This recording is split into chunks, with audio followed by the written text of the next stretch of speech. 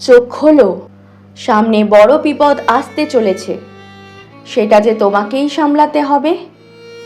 এই বিপদ যে সামলানো এত সহজ হবে না। এই বনের প্রত্যেকটা প্রাণীর জীবন যে এখন তোমার ওপরেই নির্ভর করছে।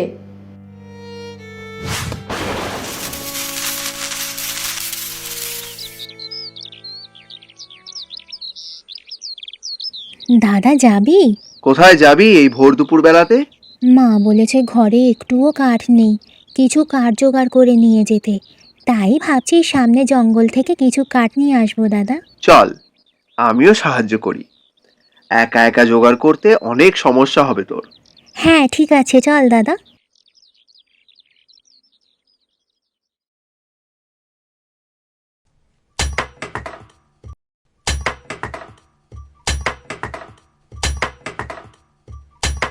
বোন, বোন, এদিকে শোন। দেখ, এদিকে কি হয়ে গেল? এ কি দাদা, গাছ থেকে এরকম লাল রঙের কি বেরোচ্ছে? আমি কিছুই বুঝতে পারছি না রে বোন। দেখ, যে কাঠটা নিয়েছি সেটাও কেমন জানি পুরো লাল হয়ে আছে। দাদা, আমার ঠিক ভালো ঠেকছে না। আমাদের বেশি অপেক্ষা করে লাভ নেই, এখনই বাড়ি ফিরে যাই। যেটুকু কাঠ জোগাড় হয়েছে এটুকুতে আশা করি কালকের দিনের জন্য হয়ে যাবে। এক্ষুনি চল এখান থেকে, এখানে আর বেশিক্ষণ থাকা ঠিক হবে না। তুই তুই ঠিকই বলেছিস বোন। যাওয়ার সময় দাদুর কাছে যেতে হবে। দাদু! এরকম রোদে রোদে ঘোরে না বাবারা।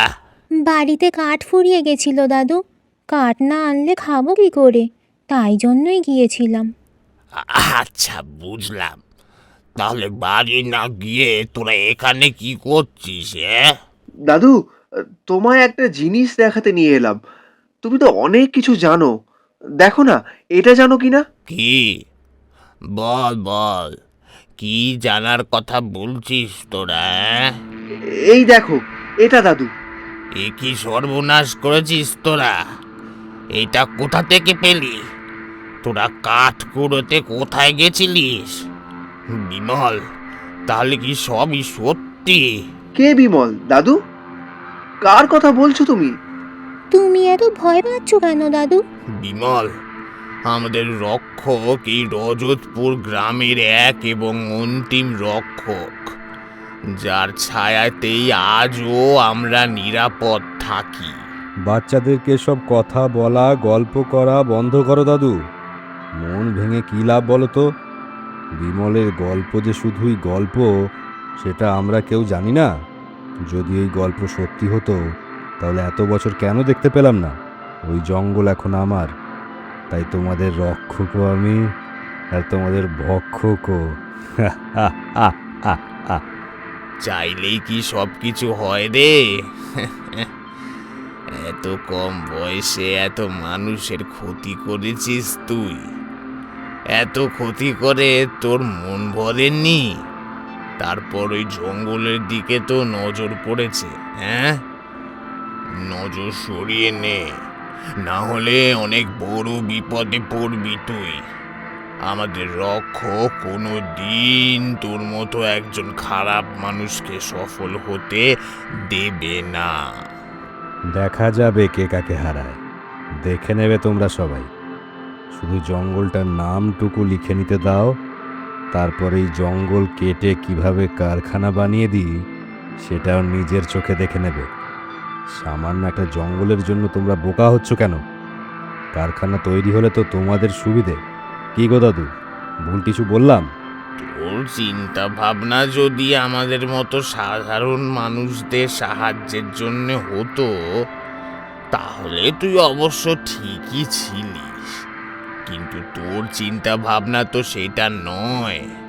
সেটা তো আমি জানি রে বাবা। আমার অভিজ্ঞতা বলে তুই অনেক বড় বিপদে নিজেও পড়বি আর পুরো গ্রামকেও ফেলবি। আমার বলতেও লজ্জা করে যে তোর মতো ছেলে আমাদের গ্রামে রয়েছে।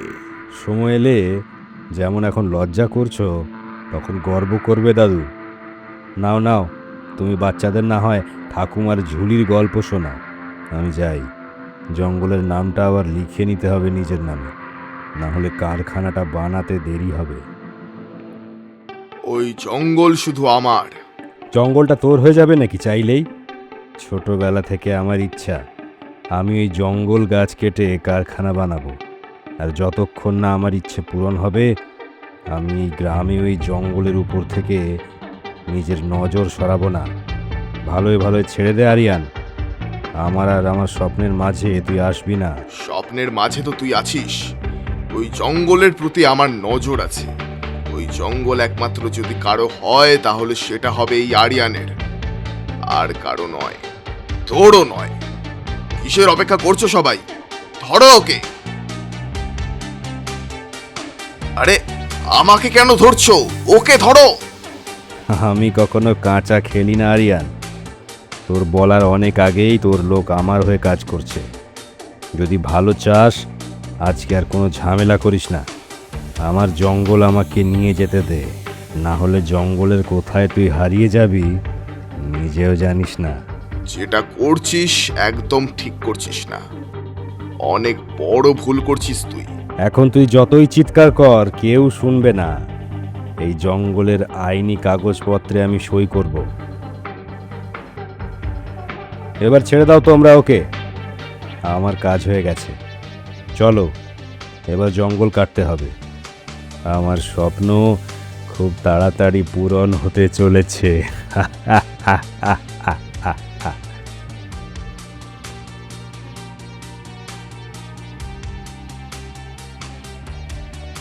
আরিয়ান স্যার, এটা কি হয়েছে আপনার? তার মানে কি জঙ্গলটা আপনি পাননি? এবার কি করবেন? জঙ্গল আমার কখনোই লক্ষ্য ছিল না। লক্ষ্য তো ছিল সেই গাছটা। ছোটবেলা থেকে গাছটার ব্যাপারে ভেবে এসেছি। গফু প্রথম থেকেই তো আমার শত্রু ছিল না, কিন্তু হিরে পেলে সুযোগ কে ছাড়ে বল? আমি কিছুতেই ওকে একা হীরা নিতে দেব না। ওটা যদি আমার না হয় ওরও হবে না। তবে আমার কাছে একটা বুদ্ধি আছে। আমরা আজকেই যাব ওই গাছটা কাটতে। আজ রাতেই তৈরি থাকো। ঠিক আছে স্যার, আপনি যেটা বলবেন সেটাই হবে। আজকে রাতে ওই জঙ্গলের ওই গাছ কাটা হবে। যা করেছিস একদম ঠিক করিসনি। এই গ্রাম সবার, এই গ্রামের গাছ সবার। এই গ্রামের গাছে আর হাত দিবি না। দাদু, দাদু, তুমি কই দাদু? কি হয়েছে দাদা, তুই এত ভয় পেয়ে আছিস কেন? দাদুকে ডাক। দাদু কই? দাদুর সাথে কথা বলবো। কি হয়েছে অর্ক বাবু? এত ভয় পাচ্ছ কেন তুমি? দাদু, আমি আবার ওই জঙ্গলে স্বপ্ন দেখলাম। আমার খুব ভয় করছে দাদু। তুমি বলেছিলে তখন একজনের কথা। সে কে দাদু? আমাকে বলো। ঠিক আছে ঠিক আছে অর্ক বাবা, এত অস্থির হইও না। আমি সব কিছু বলছি তোমাকে। এই গ্রাম তোমরা এখন যেরকম দেখছো ঠিক সেরকমটা ছিল না। যে জঙ্গলে লোকে এখন যেতে ভয় পায়, সেই জঙ্গলে একটা সময় অনেক ধুমধাম করে বনদেবীর পুজো করা হতো। কিন্তু বলে না, ভালো সময় সব সময় চলে না। পুরাণ কথাতে বলা রয়েছে এই জঙ্গলে কোনো একটা গাছে হিরে রয়েছে, আর সেদিকেই নজর মানুষের। সবাই সেই গাছ খুঁজতে শুরু করে। ধীরে ধীরে গাছ কাটা শুরু হয়। একদিন সবাই গাছ কাটছে, ঠিক সেই সময়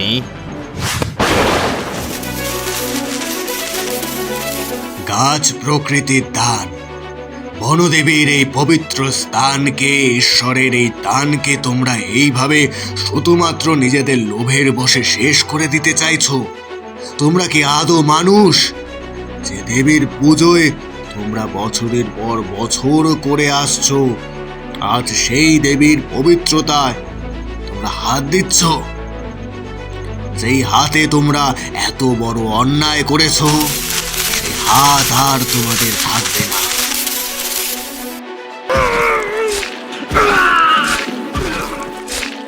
তাহলে তাহলে কি হলো দাদু?